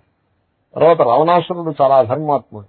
అతని స్థానంలో విభీషణుడిని ప్రతిష్ఠ చేసినట్లయితే లంకలో కూడా ధర్మరాజ్యం ఏర్పడుతుంది. దేర్ఫోర్ ఆ అధర్మాత్ముడైన రావణాసురుడు గద్దె మీద కూర్చోడానికి వీల్లేదు, వాడిని దింపాల్సిందే అని. ఈ విధంగా ఇది ధర్మయుద్ధం గనక నేను ఈ రక్తపాతానికి సంసిద్ధుడిని అయ్యాను, కానీ కేవలము నా స్వార్థం కోసం ఇంతమంది వానరుల్ని జతగట్టి వాళ్ళ ప్రాణాలని బలిపెట్టి అలా నేను చేస్తున్నానని మీరు అనుకోవద్దు అని అంటాడో సందర్భంగా. కాబట్టి ఇది ధర్మయుద్ధం. అలాగే ఇది కూడా ధర్మయుద్ధం, రాజ్య సుఖ లోభంతో చేస్తున్నటువంటి యుద్ధం కాదు. So Arjuna's reading is wrong. అది ధర్మయుద్ధం కాకపోతే శ్రీకృష్ణుడు రాడు అక్కడికి. శ్రీకృష్ణుడు దాంట్లో ప్రవేశించి ఉండడు. హీ విల్ నెవర్ సపోర్ట్ అధర్మయుద్ధ. So these are some of the issues involve. శ్లోకం అందాము. అహో బత మహత్ పాపం కర్తుం వ్యవసితా వయం యద్రాజ్య సుఖలోభేన హంతుం స్వజనముద్యతాః. నేను మహాత్ముని ప్రశ్న అడిగాను, ఏమంటే అర్జునుని యొక్క లాజిక్ ఒకటి ఉన్నది. He presents his view point in a very convincing fashion. మీరు అక్కడ శ్లోకాలన్నీ చూసినట్లయితే చాలా శాంతికాముకుడు, ధర్మమునందు చాలా అభిమానం గలవాడు అనే 2 పాయింట్స్ చాలా బలంగా ముందుకు వస్తాయి. తర్వాత శాంతికాముకుడు, మనకి శాంతి ఉండాలి, రక్తపాతం ఉండకూడదు అనే మాట అలాగా బలంగా ముందుకు వస్తుంది. ధర్మం గురించి చెప్పాడు, కుల ధర్మములు, జాతి ధర్మములు. సో లుప్త పిండోదక క్రియాని ఒక వైదిక కర్మానుష్ఠాన పరుడి చెవులకి మంచి మధురమైన మాటలు ఎన్నో పలికాడు, దాంట్లో ఏది సందేహం లేదు. కాబట్టి అదో పాయింట్ బలంగా ముందుకు వస్తాం. తర్వాత వైరాగ్యం ఎంతో బలంగా ముందుకు వస్తాం. సో ఈ విధంగా అర్జునుని యొక్క లాజిక్ అది కొట్టిపారేయడానికి వీళ్ళని లాజిక్ లాగా అనిపిస్తుంది. అంతేకాకుండా సమాజంలో చాలా మంది అర్జునుని లాజిక్ అంటే చాలా మంది అంటే there are at least a few people who finally support the view point of Arjuna and condemn Shri Krishna. శ్రీకృష్ణుని ఖండిస్తారు. అలాంటి వాళ్ళు చాలా మంది థింకర్స్ ఆర్ దే. మన ఆంధ్రదేశంలోనే ఉండేవారు అటువంటి థింకర్స్. వాళ్ళందరికీ వారణాసి సుబ్రహ్మణ్య శాస్త్రి గారు మహాభారత తత్వకథనము అనే పుస్తకంలో సమాధానాలు చెప్పారు. చెప్పడానికి ప్రయత్నించారు. సమాధానాలు చెప్పడం అంటే ఎదరవాడు ఒక నిర్ణయానికి వచ్చేసి ఫిక్స్ అయిపోయిన తర్వాత ఇంకా వాడికి మీరు ఏం చెప్తారు సమాధానం, వాడికి ఏం కన్విన్స్ చేస్తారు? సో నిజాం షుగర్ ఫ్యాక్టరీని ప్రైవేట్ చేయటం తక్కువ అని రోషయ్య అంటే ఇటువైపు వాడు అంటారా, ఆ పైలు మొదలుపెట్టింది మీరే కదా, అది తప్పేట్రా, మీరే మొదలుపెట్టారు, మీ రాజ్యం రాలేదు కాబట్టి అసలు మీరు ఓడిపోయాడు కాబట్టి ఆ పనిలో మేం చేయం, ఇంకా తప్పేమిటి, మీరే కదా ఇవన్నీ మొదలుపెట్టింది అంటే ఒప్పుకోడు. దాన్ని ఒప్పుకోడు. దానికి ఏదో మళ్ళీ మెలిక వేస్తాడు. మూసేయడం కరెక్టే కానీ, ప్రైవేట్ చేయడం కరెక్టే కానీ, మీరు చేసినట్లుగా చేయకూడదు, ఇంకోలా చేయడం కరెక్ట్, ఏదో మెలిక వేస్తాడు. Because he decided not to agree to the point. ఇంకా అటువంటి వాడికి ఏం చెప్తారు మీరు? ఆ విధంగా శ్రీకృష్ణుడు యుద్ధాన్ని ముందుకు తోసి రక్తపాతాన్ని సృష్టించాడు అనే వాడు ఆర్గ్యూ చేయడానికి సిద్ధపడ్డాడు అనుకోండి, ఇంకా వాడిని మీరు ఏం ఆర్గ్యూ చేసి కన్విన్స్ చేస్తారు? బట్ దేర్ ఆర్ పీపుల్ అలాంటి వాళ్ళు. కొద్దిమంది విదేశాల్లో కూడా ఉన్నారు. విదేశాల్లో నేను చూశాను, ఇండాలజీ డిపార్ట్మెంట్స్ లో కొంతమంది, Chicago University Indology department head ఒక ఆవిడ ఉంది, ఒక lady. She thinks that Shri Krishna is responsible for the killing of many people. So like that she makes an argument about it. She wrote a book about it. So ivanni kabatti ee rakamga people are there. They make a very serious argument against Shri Krishna. Nenu mahatmani adiga హృషికేశ్వరుని అడిగాను, ఏమన్నా ఇలాంటి arguments ఉన్నాయి కదా, దీని మీద మీరు ఏమంటారు అని అడిగా. అంటే అప్పుడు ఆయన నాకు సమాధానం చెప్పారు. చూడు, అర్జునుడు ఎలా మాట్లాడుతున్నాడంటే ఒక అల్పమైన బుద్ధి గలవాడు.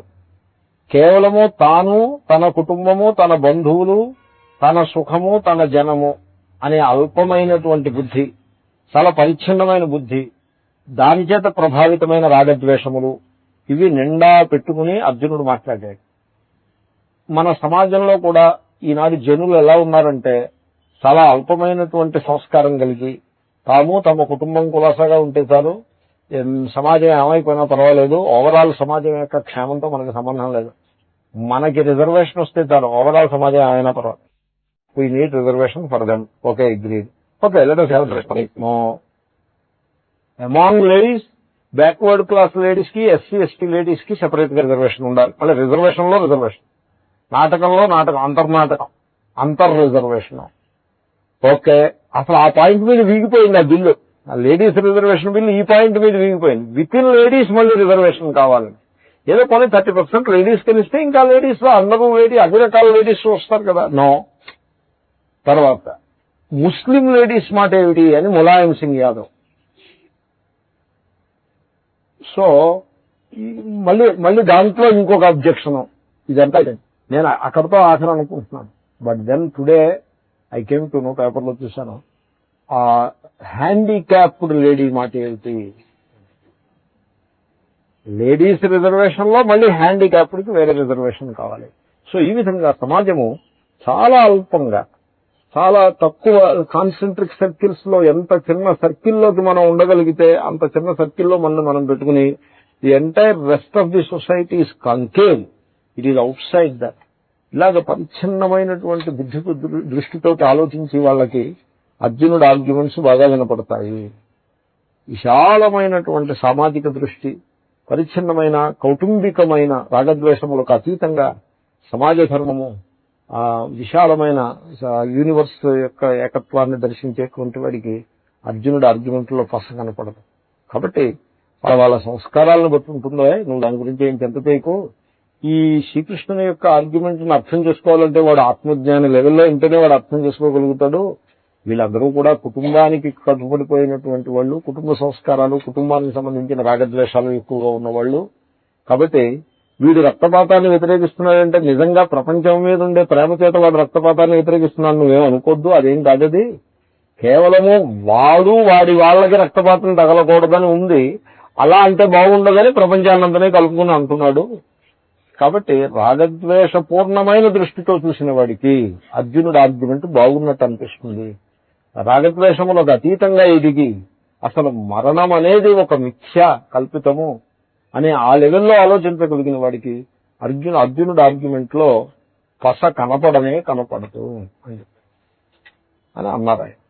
I was very impressed by his argument. ఎందుకంటే నాకు కూడా అలాగే అనిపించింది. ఉదాహరణకి తద్దినము అనే దానికి ఎక్కువ ప్రాధాన్యం ఇచ్చేవాడికి అర్జునుడు ఆర్గ్యుమెంట్ చాలా బాగా వినపడుతుంది. ఆ తద్దినాన్ని ఏముందిలేండి, it is one of the rituals and we can always modify it according to the time and space. ఆ దేశ కాలాలకు తగ్గట్టు కూడా అమెరికాలో ఉన్నారు మన వాళ్ళు చాలా మంది డయాస్పోరా. ఇప్పుడు వాళ్ళందరూ అమెరికా వెళ్ళిపోయి అక్కడ ఉద్యోగాలు అవి చేస్తున్నారు. ఇప్పుడు వాళ్ళకి తద్దినం గురించి మీరందరూ అయోగ్యులు, మీరందరూ భ్రష్టులు, పతితులు, మీకందరికీ నరకే నియతం వాసహ, అక్కడ యమధర్మరాజు మీకోసం కుంభీపాక నరకాన్ని రెడీగా పెట్టాడు, మీరు అలాగే వెళ్ళగానే మిమ్మల్ని తైలంలో పారేసి వేయిస్తాడు అని ఇలా చెప్పామనుకోండి, వాళ్ళు పాపం నిరుత్సాహపడిపోయి ఇంక మళ్ళీ మన మొహం చేసుకోండి. అలా చెప్పకూడదు వాళ్ళ. సరే మీకున్న పరిస్థితుల్లో ఇలా చేయండి అని చెప్పాలి. అక్కడ మనవాడు అక్కడికి వెళ్ళి అమెరికా అమ్మాయిని పెళ్ళాడు. వాడు వస్తాడు పాఠం వచ్చినప్పుడు అతను అడుగుతాడు ఏం చేయమంటాడు. అడిగితే ఏం పోనీ ఇంట్లో పెట్టవా అంటే ఇంట్లో వాళ్ళ కాదండి, నా భార్య మీకు తెలుసు కదా, ఆవిడ she doesn't know anything about it, you cannot imagine Swamiji, it is not possible. Okay, so you have to accommodate him also. మొత్తం అందరినీ అకామిడేట్ చేసిగా ఉండాలి కానీ ఎవరిని కూడా కాదనడానికి వీల్లేదు. కనుక the spirit of it you have to take. So these are some of the issues involved. కొంచెం హయ్యర్ లెవెల్కి వెళ్ళి ఆలోచించినప్పుడు మాత్రమే శ్రీకృష్ణుని యొక్క దృష్టికోణం కరెక్ట్ అని అనిపిస్తుంది. లేకపోతే పరిచ్ఛిన్నమైన దృష్టితో ఆలోచించిన వాడికి అర్జునుని యొక్క దృష్టికోణం కరెక్ట్ అని అనిపించే ప్రమాదం ఉన్నది. అస్తు. తర్వాత శ్లోకం. యది మామ ప్రతీకారం అశస్త్రం శస్త్రపాణయః ధార్తరాష్ట్రారణే హన్యుః తన్మే క్షేమతరం భవేత్. అది ఇప్పుడు అర్జునుడికి ఒక పెద్ద డైలమా వచ్చింది. ఏం చేయాలా?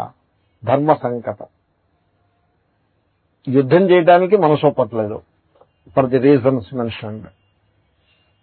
సన్యాసం తీసుకోవటం అన్నది హీ మెన్షన్డ్ అబౌట్ ఇట్. భిక్షాటనం చేస్తానో అన్నాడో అంటాడో, ఈ పైన కూడా ఇంకా ఏదో అలాంటి మాట్లాడబోతున్నాడు. సో దట్ పాసిబిలిటీ, అది ఇట్ డజంట్ సౌండ్ వెల్. ఎందుకంటే సన్యాసం అనేది ఒక స్లాట్ మన హిందూ సమాజంలో ఉంది, లేకపోతే మన కల్చర్లోనే ఉంది, మరే కల్చర్లోనూ లేదు. ఓన్లీ ఇన్ అవర్ కల్చర్ చేస్తే. సో మిగతా కల్చర్స్ లో ఇట్స్ ఎ సీరియస్ ప్రాబ్లం.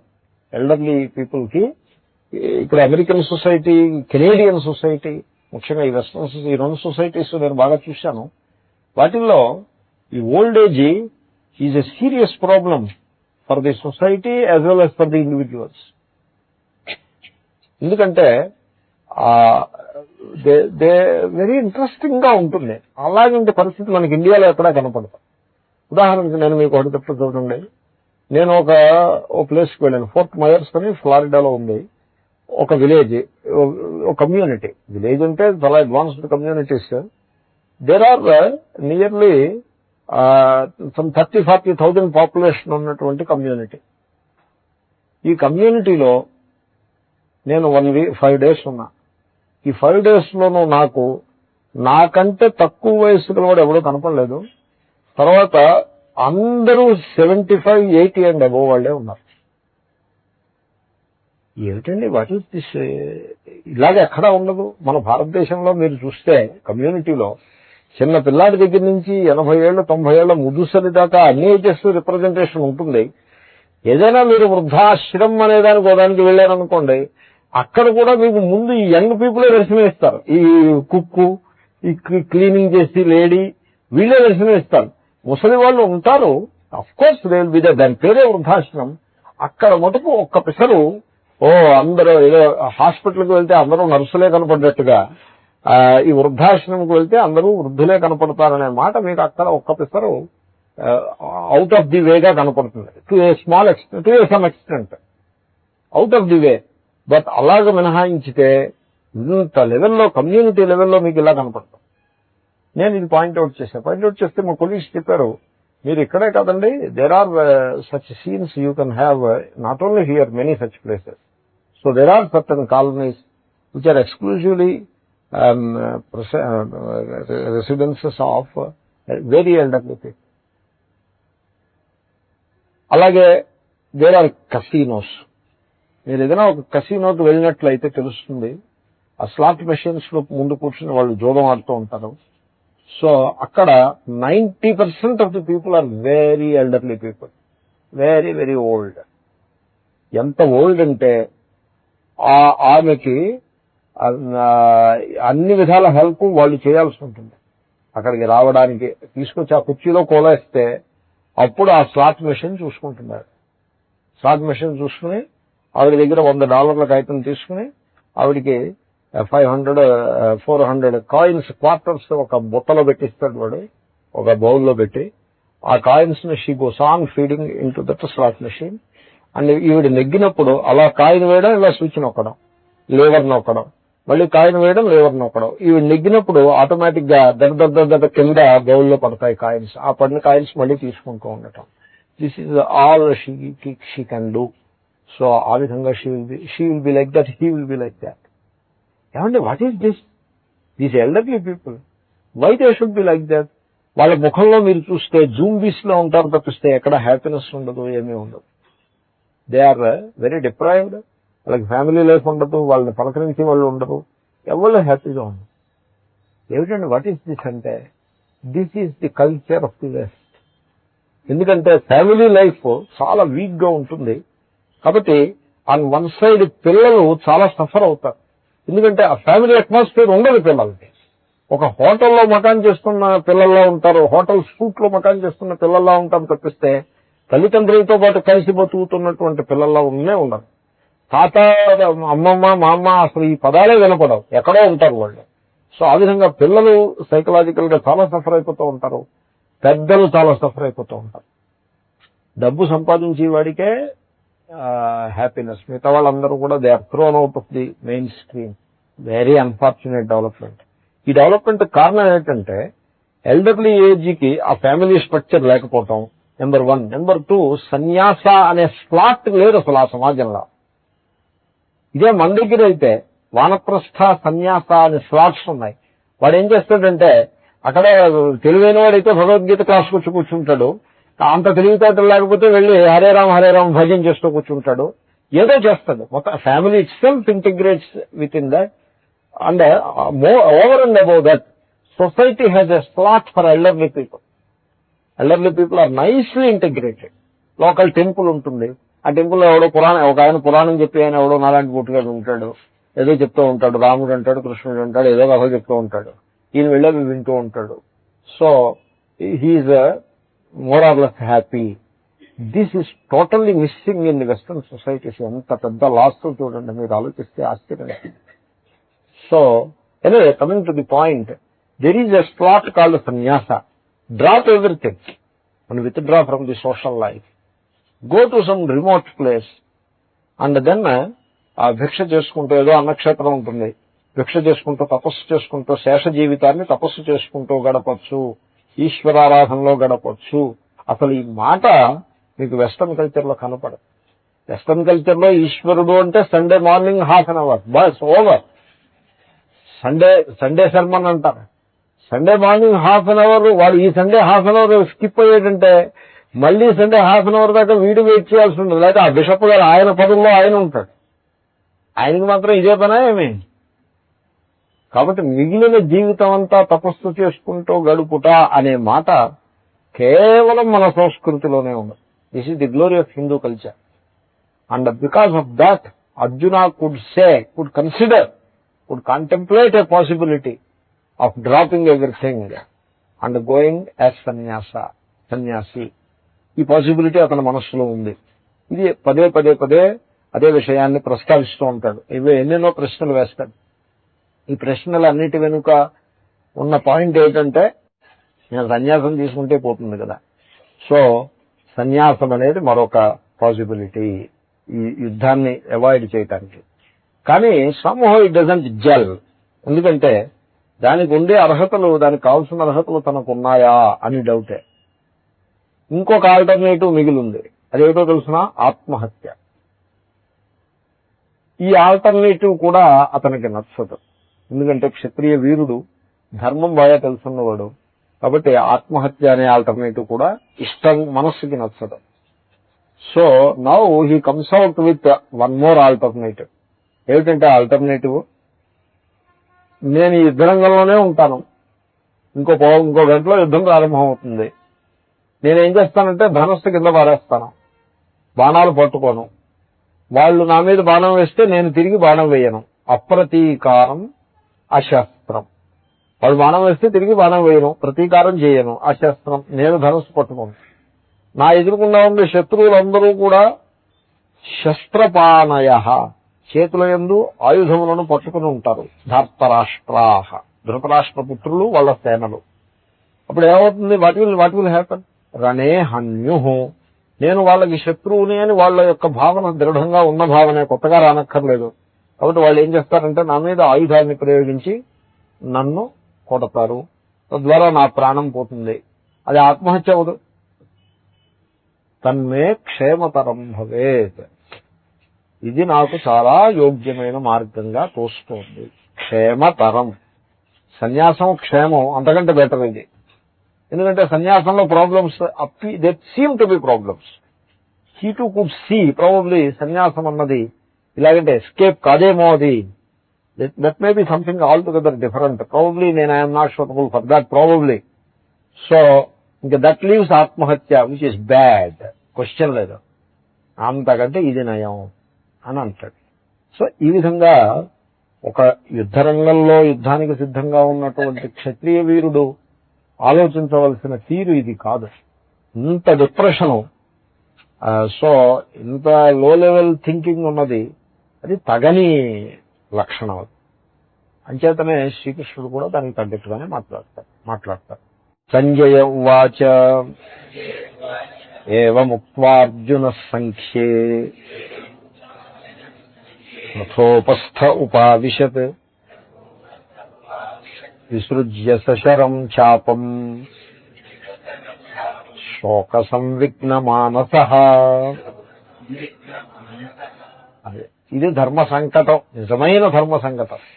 కింకర్తవ్యత విమూఢ అని ఎదురుకుండగా ఒక పెద్ద సమస్య ఎదురుకుండా నిలిచి ఉన్నది. ఏ సమస్య లేదు, ఫ్రెష్ గా నిద్రలేచారు, న్యూస్ పేపర్ చూడడం కంటే అంతకంటే పెద్ద పనేమీ వెయిటింగ్ లో లేదు. అటువంటిప్పుడు ఏ సంఘటన న్యూస్ పేపర్ వచ్చినా కొన్ని చూస్తాం, రాకపోతే చూడడం మానేస్తుంది. దీనికోసం పెద్ద విషయం ఏం కాదు. అలాంటి పరిస్థితి కాదుగా. ఒక పెద్ద సంకట స్థితి, పెద్ద ఆపద ఎదుర్కొన్నా ఉన్నది. యుద్ధరంగంలో నిలబడ్డాడు. బాణాలు ఇటు అటు షూటింగ్ అన్నది ఇంకా స్టార్ట్ అవడానికి గంట టైం మాత్రమే ఉన్నది. అరేంజ్మెంట్స్ అయిపోతున్నాయి. అర్జునుడు ఏడు మొహం పెట్టి కూర్చున్నాడని అరేంజ్మెంట్లు అవుతాయా? సో ఏం చేయాలో అర్థం కావట్లేదు. సో శోక సంవిఘ్న మానసః, శోకము నందు మునిగిపోయిన మనస్సు గలవాడు. అంటే శోక సముద్రంలాగా అయిపోయి దాంట్లో మనిషి యొక్క మనస్సు అంతా మునిగిపోయింది. అంటే చాలా సీరియస్ స్టేట్ ఆఫ్ డిప్రెషన్ లోకి వెళ్ళిపోయాడు. సో ఆ శోకము నుండి బయట పడగలగాలి తను అనే స్థితికి వెళ్ళిపోయాడు. అలా అవ్వకూడదు. ఇప్పుడు జీవితంలో కష్టాలనేవి వస్తాయి. అలా అయినట్లయితే that is a very unfortunate development. నేను ఒకసారి క్లీవ్లాండ్ అనే ఓ ప్లేస్కి వెళ్ళాను. ఒహాయో స్టేట్ లో ఉంది. సరే, అక్కడేవో క్లాసెస్, భగవద్గీత క్లాసెస్ ఏవో. నాకు ఈ ఆర్గనైజ్ చేసిన ఒక ఆయన నా దగ్గరికి వచ్చి, స్వామీజీ మీకు ఒక అమ్మగారిని మీ దగ్గరికి వెళ్ళమని చెప్తాను, you have to tell her a few good words. Okay, what is the matter? వాళ్ళ అమ్మాయి పోయింది. Okay, so these things do happen. So when 1 year back. Okay, what is the problem? 1 year అయింది కదా అంటే, పోయిన రోజు ఎలా ఉందో ఈవిడ ఈ రోజు కూడా అలాగే. అంత తీవ్రమైన దుఃఖం మేము ఎక్కడ చూడలేదు. మీరు ఏమైనా హెల్ప్ చేయగలుగుతారా అంటే నేను చెప్పాను, ఐ వాజ్ సర్ప్రైజ్. సో వియోగం అన్నది లోకంలో సహజమైన విషయం. వియోగ దుఃఖం అన్నది సామెత ఒకటి ఉంది, 3 days, 3 weeks or 3 months. కొంతమంది 3 days లో వియోగ దుఃఖం నుంచి బయటపడతారు, 4th day నార్మల్ అవుతారు. కొంతమంది 3 hours చాలు. వాళ్ళని అంత పెద్ద దృఢమైన మనస్సు లేకపోవచ్చు. 3 days అయ్యేప్పటికీ okay, it's a fact, what happened. ఇంకా ముందుకు అడుగు వేయాలి మనం. సో ఏదో బంధువులు వీళ్ళు వచ్చారు, ఏవో కర్మలో వేస్తున్నాయి, let us proceed with it and be done with it and then think of the life afterwards. Life has to go on అని ఈ విధంగా 3 days లో సర్దుబాటు అవుతారు కొంతమంది. Okay, 3 weeks or 3 months. What is this? First day ఎలాగున్నదో stunned and shocked situation, అదే స్థితిలో 1 year తర్వాత కొనసాగటము, అది చాలా విదూరమైన స్థితి, వెరీ అబ్నార్మల్ సిచ్యువేషన్. ఆ అమ్మగారు వచ్చారు నా దగ్గరికి. She was just really like that. నేను 1 గంట సేపు ఆమెతోటి గడిపాను. అమ్మా చూడు, ఇలా పొరపాటుది, ఇది ఈ శోకాన్ని విడిచిపెట్టి ప్రయత్నం చేయాలి. ఏవైనా సరే శోకాన్ని నేను విడిచిపెట్టను అని పట్టుకుని కూర్చోకూడదు. మీరు అలా పట్టుకు కూర్చున్నారు, ఐ కుడ్ సీ దాట్. ఎందుకంటే శోకమును మీరు విడిచిపెట్టకుండా అట్లీస్ట్ మీరు న్యూట్రల్ గా ఉన్నా దాని దారిని అది వీకెండ్ అయిపోతుంది. తుఫాను కొద్ది గంటలు అయ్యేప్పటికీ పలచబడిపోతుంది. ఏదో నేలను తాకేప్పటికీ, భూమిని తాకేప్పటికీ వీక్ అయిపోయి కాన్సన్ట్రేటెడ్ గా ఉండే ఆ ఎయిర్ కరెంట్స్ అలా ఫిజిల్ అవుట్ అయిపోతాయి. అదేవిధంగా శోక వేగము కూడా ఫిజిల్ అవుట్ అయిపోతుంది దానంతట అది. You allow it to its normal course. Within a month or 2 you should become normal. You are not allowing it to become normal. You are holding on to it with all your vigour. మీరు ఒకే పని చేస్తున్నారు, ఆ శోకాన్నే పట్టుకుని వెళ్ళాడదాం. Therefore, this is very wrong thing for you to do. I do not want to sympathize with you. I do not want to validate what you are doing. I want to condemn what you are doing. అని నేనేదో ఆ సమయంలో ఎవరికైనా ఏదైనా సలహా ఇస్తే ఏం సలహా చెప్తాం? ఆ సమయానికి భగవంతుడు తోపించిన మాటలు చెప్తాం.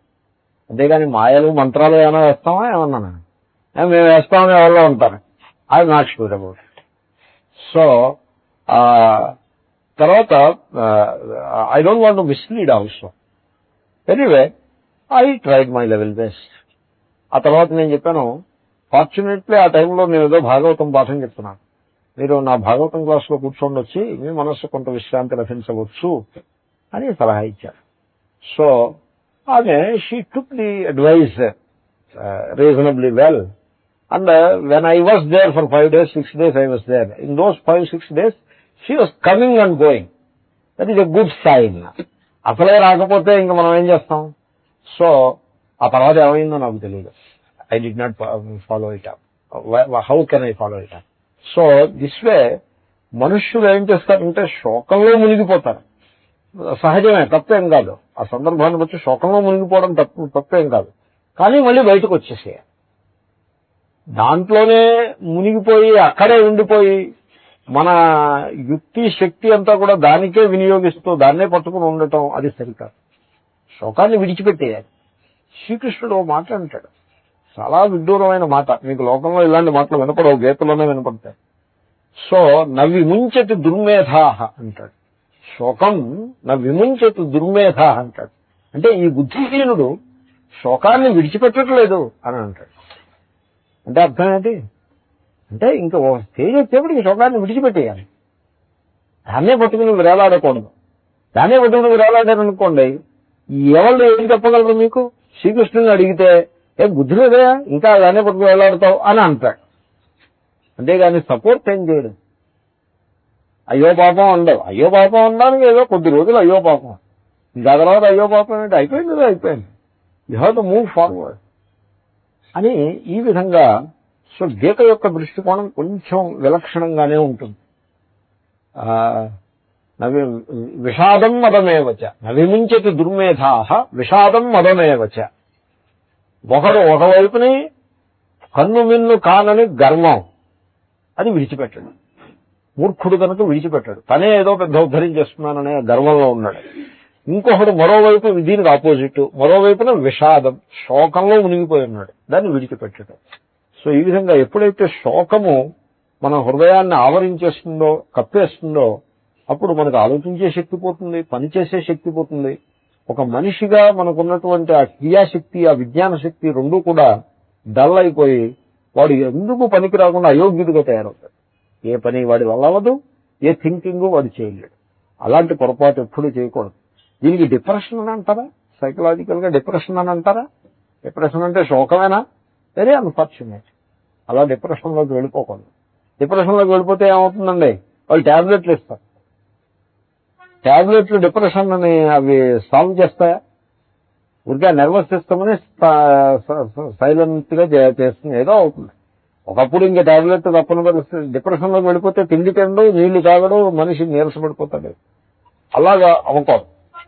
కనుక శోకము అనేది మనిషిని కృంగదీసేస్తుంది. ఆ స్థితికి అర్జునుడు చేరుకున్నాడు. శోక సంవిఘ్న మానస అంచేతనే సశరం చాపం విసృజ్య. బాణాలని అంబుల పొది అని ఉంటుంది, తూనీరము అంటారు. అక్షయ తూనీరములు పైగా రెండు, ఇటొకటి ఇటొకటి. ఈ తూనీరములను ధనస్సు, గాంధీవ ధనస్సు, ఈ రెండింటినీ విసృజ్య క్రింద పారవైచి, అంటే కింద పారేశాడు. అది మహాదోషం. ఎప్పుడు కూడా మనం ఏ ఏ ఏ వృత్తికి కట్టుబడి ఉంటామో దానికి సంబంధించిన పరికరములను మనం ప్రేమగా దాచుకోవాలి. చదువుకునేవాడు పుస్తకము, పెన్ను ఈ రెండు క్లీన్ గా ఉండాలి. నోట్స్, ఒక విద్యార్థికి పాఠం చెప్తున్నా, ఏదో మ్యాథమెటిక్స్ ఏదో ఒకప్పుడు ఏదో స్టెప్ ఏదో చెప్పాను, వాడు రాయాలి కదా, లెక్కలుంటే మరి రాసుకోవాలి, రాద్దామని మొదలు పెట్టాడు. ఆ పెన్ను రాయట్లేదు. చూశాను నేను, నాకు అంటపడింది. నేను చెప్పాను వాట్ ఈజ్ ది ప్రాబ్లం అంటే పెన్ను రాయట్లేదు అన్నాడు. పెన్ను రాయట్లేదంటే ఈజ్ ఇట్ అన్ ఎక్స్క్యూజ్ అంటే what to do you should not, ఆ పరిస్థితి తలెత్తకుండా ఉండాలి. పెన్ను సంగతి క్లాస్కి వచ్చే ముందు చూసుకోవాలి. క్లాస్కి వచ్చే ముందు కాఫీ తాగి వచ్చావని అడిగాను. ఆ కాఫీ తాగి వచ్చాను. మరి కాఫీ తాగి వచ్చిన వాడివి పెన్ను చూసుకోవాలని తెలియదు, కడుపుకి చూసుకున్నావు, పెన్ను చూసుకోకర్లేదా? పుస్తకము, పెన్ను ఈ రెండు ఎవడు శ్రద్ధగా అట్టపెట్టుకోవడం చేత కాదో వాడు నా క్లాస్లో కూర్చోవడానికి వీల్లేదు. I don't excuse that fellow, you get out of my class అని చెప్తే పెన్ను పనిచేయకపోవడం కూడా తప్ప. ఆ తప్పే. అసలు నేను బాల్ పాయింట్ పెన్ను ఒప్పుకునేవాడిని కాదు. నేను విద్యార్థులను చాలా స్ట్రిక్ట్ గా ఉండేవాడిని. మ్యాథమెటిక్స్ చేసేవాడికి బాల్ పాయింట్ పెన్ ఏంటి, ఇంకు పెన్ను పెట్టుకో, ఇంకు పోసుకుంటూ రాసుకుంటూ ఉన్నాం. సో అదే సో దిస్ వే. సో పనిముట్టు విషయంలో మీరు అజాగ్రత్తగా ఉండడానికి వీల్లేదు. అది మహాదోషం. ఇప్పుడు వైదికుడు ఉంటాడు, దర్భకర్తాను, అర్ఘ్యప్రదానం, ఉద్ధరణి, అవి ఏవో విభూతి బుర్ర, ఇవి లేకపోతే వైదికుడు ఏమిటి? ఆ సమానం లేకపోతే అతని దగ్గర ఉంటాయి ఆ సమానం. ఇంటికి వచ్చి విభూతి ఉందా అని అడిగాడు అనుకోండి, మన దగ్గర లేకపోతే he should have it with him. అలాగే క్షత్రియుడు, మన సిక్కు సోదరులు ఎలా ఉంటారు, ఎప్పుడూ కత్తి సిద్ధంగా ఉంటుంది. ఆ కత్తి పక్కన పెట్టంటే వాళ్ళు ఒప్పుకోరు. ఈ మధ్యన ఈ ఎయిర్లైన్ సెక్యూరిటీ వచ్చి పక్కన పెట్టారు, కానీ లేకపోతే ఒక చురితో ఒకటి ఎప్పుడు దగ్గర పెట్టుకుంటారు. అది వాళ్ళ యొక్క ఒక నియమం అంతే, అది వాళ్ళ అటైర్ లో భాగం. ఈ మధ్యన దాన్ని తరలో పెట్టి కూడా తిరుగుతున్నారు అనుకుంటా, సంథింగ్ లైక్ దట్. ఆ టర్బన్ ఉంది, దాన్ని తీసేమంటే వాళ్ళు ఒప్పుకోరు. సో ఒక కమిట్మెంట్, తన పనిముట్టుకి తాను. I'm not supporting fanaticism, but విద్యార్థి అన్నవాడు జ్ఞాన పిపాస గలవాడు, అలాగే ఒక వృత్తికి సంబంధించిన వాడు, క్షత్రియ వీరుడు, వాడి గన్ను, వాడి తుపాకీ, మాకు ఎన్సీసీలో చెప్పేవారు, ఆ గన్ను ఎప్పటికీ ఆయిల్ వేసుకుని, ఆ బోల్ట్ తోటి కూడా కరెక్ట్ గా ఆయిల్ చేసుకుని, మన గన్ను మనం క్లీన్ గా బోర్డు క్లీన్ చేసుకుని క్లీన్ గా పెట్టుకోవాలి. అలా క్లీన్ గా పెట్టుకున్న వాడే గన్ పట్టుకుందుకు అర్హుడు. అలా క్లీన్ గా పెట్టుకోకపోతే ఆ గన్ ఇలా చేత్తో పట్టుకుని మొత్తం ఈ బెటాలియన్ అంతా 3 రౌండ్లు కొట్టిరా అని పనిష్మెంట్ ఇచ్చేవారు, గన్ క్లీన్ గా లేకపోతే. కాబట్టి మన సామగ్రి, మన పుస్తకం, మరిచిపోతూ ఉన్న పుస్తకం చాలా పొరపాటు. ఎప్పుడైనా ఇంకా మరుపు వస్తే ఏమో నేను చెప్పలేను, కానీ పుస్తకం మరిచిపోకూడదు. మన పుస్తకాన్ని మనం ఎప్పుడూ పుస్తకం దగ్గర ఉండాలి. పెన్ను, అలాగే వాచి, టైం ఫాలో అవ్వాలంటే కూడా వాచి ఉండాలి. వాచి అయినా ఉండాలి, లేకపోతే టైం తెలుసుకునే సాధనమైనా ఉండాలి. సో ఈ విధంగా వీటి విషయంలో శ్రద్ధను అవలంబించడం అవసరం. వాటిని క్రింద పారేసేటంటే వాడు చాలా పొరపాటు చేస్తున్నాడు అనే అభిప్రాయం. కాబట్టి అలాంటి పొరపాటు ఎప్పుడు చేయకూడదు. అర్జునుడు ఆ పొరపాటు చేశాడు. విసృజ్య సశరం చాపం, అది చాలా పెద్ద పొరపాటు. అందు గురించే మెన్షన్ చేశారు, లేకపోతే ఎందుకు మెన్షన్ చేస్తారు? తన సందేహం అడిగాడని చెప్పి ఊరుకోకుండా, దుఃఖంలో ఉన్నాడని చెప్పి ఊరుకోకుండా, బాణాలను ధనస్సుని క్రింద పారవైచాడు అని ఎందుకు చెప్పారంటే, that is the worst thing to do. ఆ పొరపాటు ఎవ్వరూ చేయకూడదు. అది అంచేతనే ఎత్ర యోగేశ్వర కృష్ణ ఎత్ర పార్థో ధనుర్ధర. ధనస్సు చేతబట్టిన పార్థుడు అంటే తన కర్తవ్యాన్ని చేయటానికి సంసిద్ధంగా ఉన్న వ్యక్తి అని అర్థం. తన వంతు పని ఏదైతే ఉందో దాన్ని చేయటానికి సిద్ధంగా ఉన్న వ్యక్తి, అలాంటి వాడే ఆ విజయానికి అర్హుడు. తత్ర శ్రీర్ విజయో భూతిర్ ధ్రువా నీతిర్ మతిర్మమ. అలా కాకుండా తన పనిముట్టుని తాను క్రింద పారవయించిన వాడు జీవితంలో ఎన్నడూ విజయాన్ని సాధించలేడు. చాలా ఇంపార్టెంట్ పాయింట్. విసృజ్య సశరం చాపం. తర్వాత కింద కూలబడ్డాడు. ఎక్కడ కూలబడ్డాడు? మీకు మామూలుగా తాను కూర్చున్న చోటే కూలబడ్డాడు అన్నట్లుగా మీకు కనబడుతూ ఉంటుంది.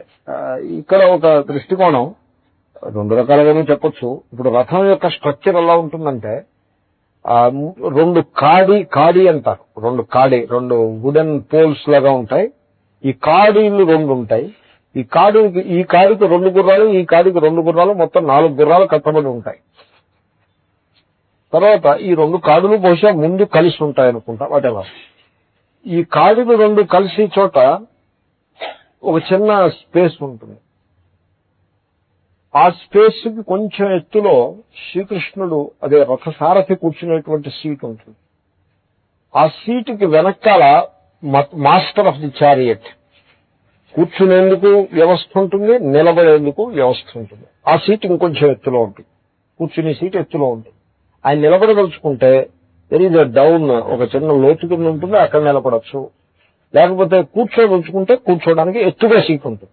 ఎందుకంటే అతను బాణం వేసుకుంటే ఈ సారథి అడ్డు రాకూడదు కదా. సో ఇది స్ట్రక్చర్ ఆఫ్ ది చారియట్ అని మనం ఓవరాల్ గా ఊహిస్తాం.